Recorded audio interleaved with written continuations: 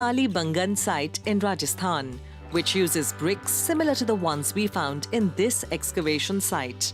Stone is the other common material used all the way from Ashok's time, like in the Sanchi Stoop, to Mughal monuments and colonial ones.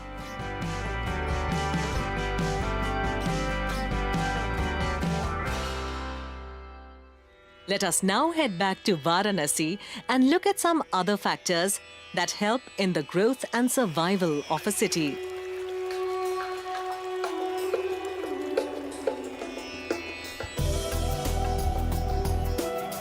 Easy access to water was a prerequisite.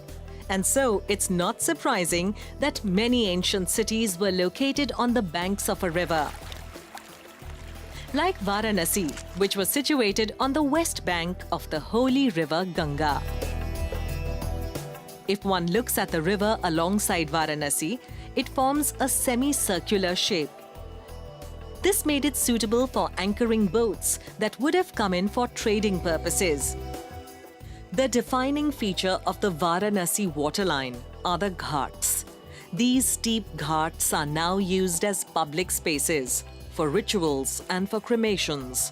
But as recently as the 1940s, the river was extensively used to transport goods and passengers.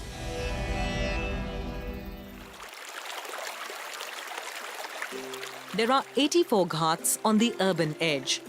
Their number has increased over time as ghats were subdivided into smaller sections and the natural embankment was stepped and faced in stone. It is difficult to date the ghats. Some go back to the 14th century, but many are even older. They have been extensively renovated and extended in the last 3 centuries to allow access to the holy Ganga from the temples and shrines of this ancient city. Now, if we study the development of the city, it is clear that the ghats have been built keeping in mind the rise in the level of water during the monsoons. The city of Varanasi was actually constructed on a ridge at a lofty distance of 15 to 23 meters above the Ganga, which runs below, creating a bridge between the river and the city. The ghats describe a crescent sweep over a 6.8-kilometer stretch. In some places, they are very steep. Now, why is this? Through different seasons, the level of water in the river rises and falls dramatically. But during the rains, the levels rise as much as 15 to 23 meters. When the river subsides, the steps were often seen to be covered with silt deposited by the Ganga. So, the ghats were carefully planned and constructed to protect the city when the river was in spate during the monsoons.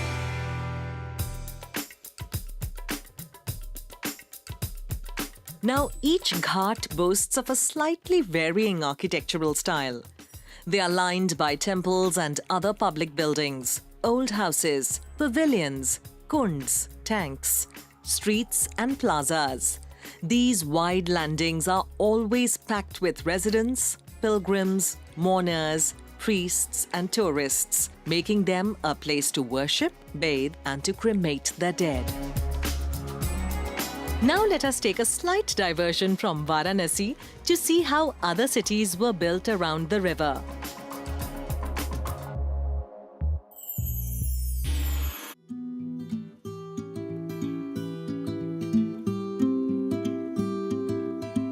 All the great early civilizations, Egypt, Mesopotamia,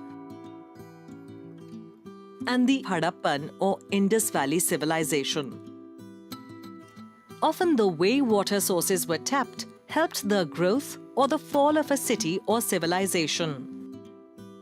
The Chols of the south were able to build dams and hence access to water and food flourished, which played a big role in their growth. And as expected, it is clear that those who did not live near water sources sometimes perished or came up with innovative solutions. Water harvesting devices like wells and reservoirs, and this helped them to flourish. Fatehpur Sikri is a classic example of a city that failed, because it was not able to access water efficiently.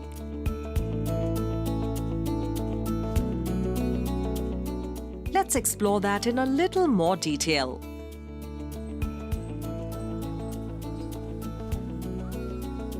Fatehpur Sikri, the imperial city designed by the Mughal Emperor Akbar, is unique in the way its spaces are laid out. It has no streets but consists of a series of interlocking courtyards set to the cardinal points. The design of individual monuments is based on symmetry, but in the layout of the complex, the rules of symmetry are broken and asymmetry is deliberately employed. This unique layout may have been employed to provide flexibility in order to accommodate different buildings and spatial conceptions.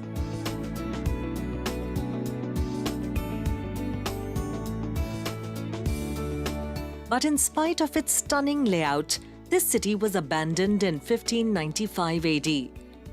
Soon after its completion. This was because the small spring-fed lake that supplied the city with water ran out.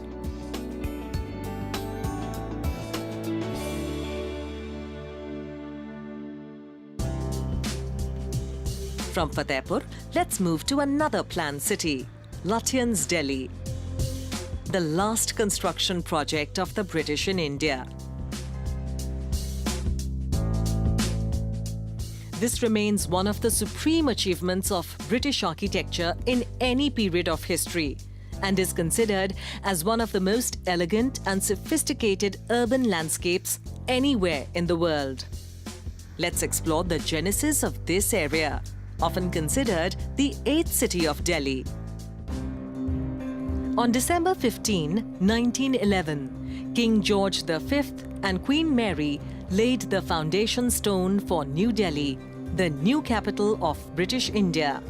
And one man was put in charge of this mammoth task, Edwin Lutyens, who was a self-taught, working-class genius of ethnic Dutch origins.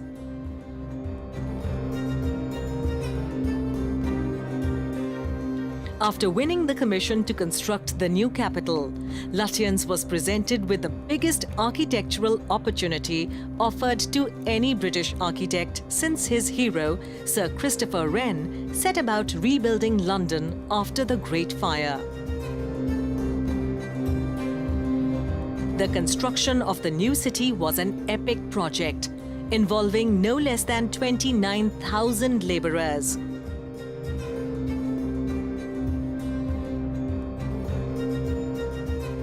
And Lutyens masterminded every aspect of the construction, from the shape of the doorknobs in the Viceroy's palace, now of course called the Rashtrapati Bhavan, to the types of flowers suitable for planting in the roundabouts.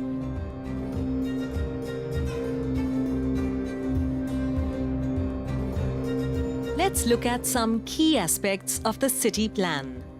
Along the city's axis, he set out a vast rectangular mall, surrounded by government offices and crowned at its far end by an imposing palace for the Viceroy. And this palace was the pinnacle of Lutyens, Delhi.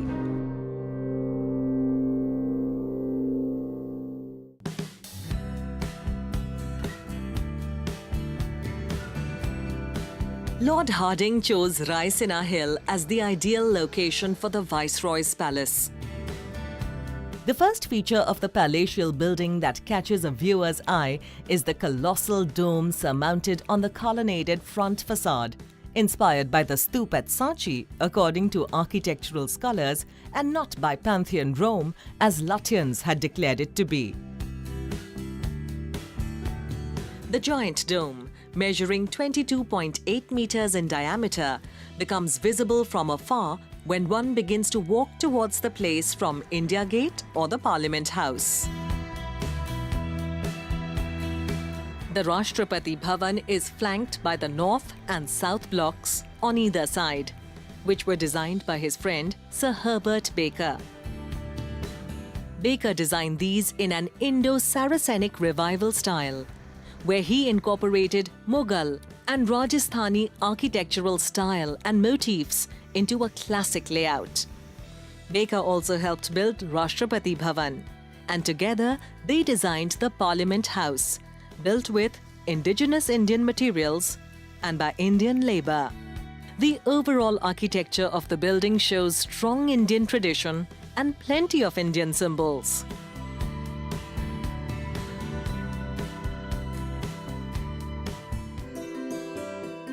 As fascinating as these monuments are, we are more interested in the way Lutyens planned the city itself. He based it on the idea of a garden city with great avenues decorated with classical buildings amongst a lush landscape.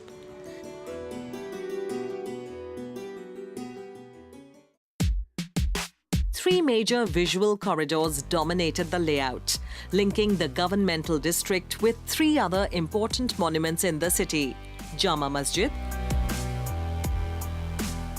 Purana Kila, and Safdarjung's tomb. The master plan was a network of radial spokes knitted across 85 kilometers.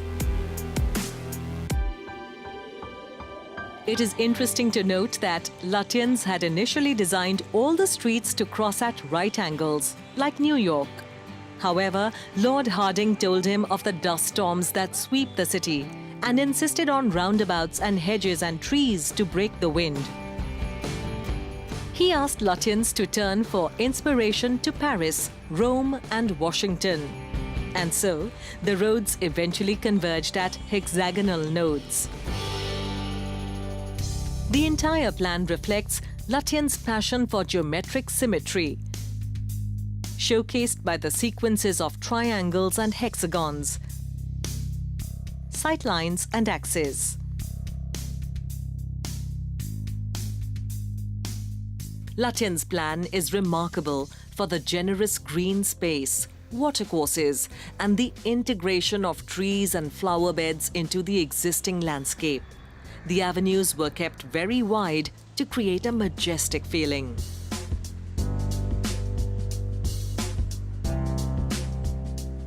The other detail Lutyens and other city planners worked out was the specific trees planted all along these avenues. For example, initially only 13 species were chosen. Later, this was expanded to 16 species. The plan was to avoid very common trees. For example, they attempted to avoid all the common trees that the